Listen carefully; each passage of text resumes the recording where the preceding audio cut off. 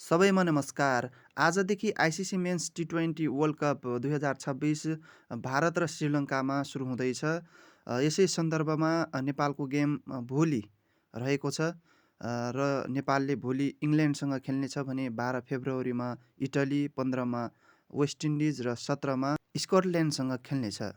यसै सन्दर्भमा नेपालको गेम हामीले चाहिँ मोबाइलमा कसरी हेर्ने भन्ने विषयमा मलाई धेरैले म्यासेज गर्नुभएको छ। र यो नेपालको गेम हेर्नलाई हामीले सबैभन्दा पहिले चाहिँ गुगल मा सर्च गर्नुपर्छ। गुगलमा चाहिँ आइसिसी टिभी भनेर चाहिँ सर्च गर्नुहोस् र प्ले स्टोरमा पनि आइसिसी टिभी सर्च गरेर एपलाई चाहिँ इन्स्टल गर्न सकिन्छ।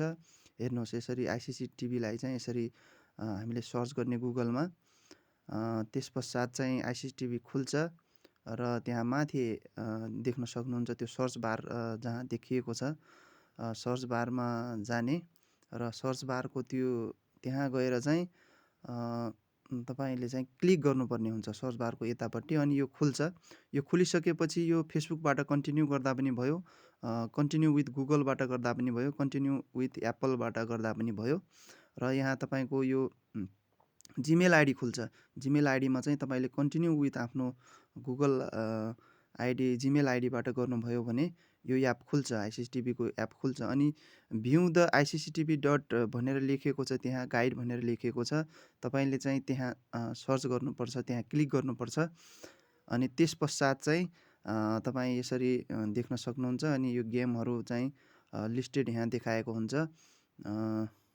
तपाईँले देख्न सक्नुहुन्छ यहाँ। यसरी सर्च गरिसकेपछि अब यहाँ देखाउँछ। अनि 2026 को गेममा आज देखाइरहेको छु पाकिस्तान नेदरल्यान्डको, वेस्ट इन्डिज स्कटल्यान्डको, इन्डिया युएसएको र भोलि सन्डे 8 तारिकमा हुने गेमको पनि यो देखाइरहेको छ। यहाँ जानुभयो तपाईँ, त्यो म्याच सेन्टरमा क्लिक गर्नुहोला। त्यस पश्चात चाहिँ इङ्ल्यान्ड भर्सेज नेपालको यो गेम तपाईँले हेर्न सक्नुहुन्छ। यसरी नै गेम हेर्ने हो र तपाईँ हाम्रो तर्फबाट यो नेपाली टिमलाई जितको अग्रिम शुभकामना दिन चाहन्छौँ। यसरी नै तपाईँले नेपालको गेमहरू हेर्न सक्नुहुन्छ। र यो स्क्वाड हो, नेपालको स्क्वाड हो भने यतापट्टि अर्को इङ्ल्यान्डको स्क्वाड पनि छ। यो गेम भोलि 3:15देखि सुरु हुनेछ, दिउँसो 3:15देखि। आदरणीय दर्शक महानुभावहरू, यति नै है त। हस्, धन्यवाद।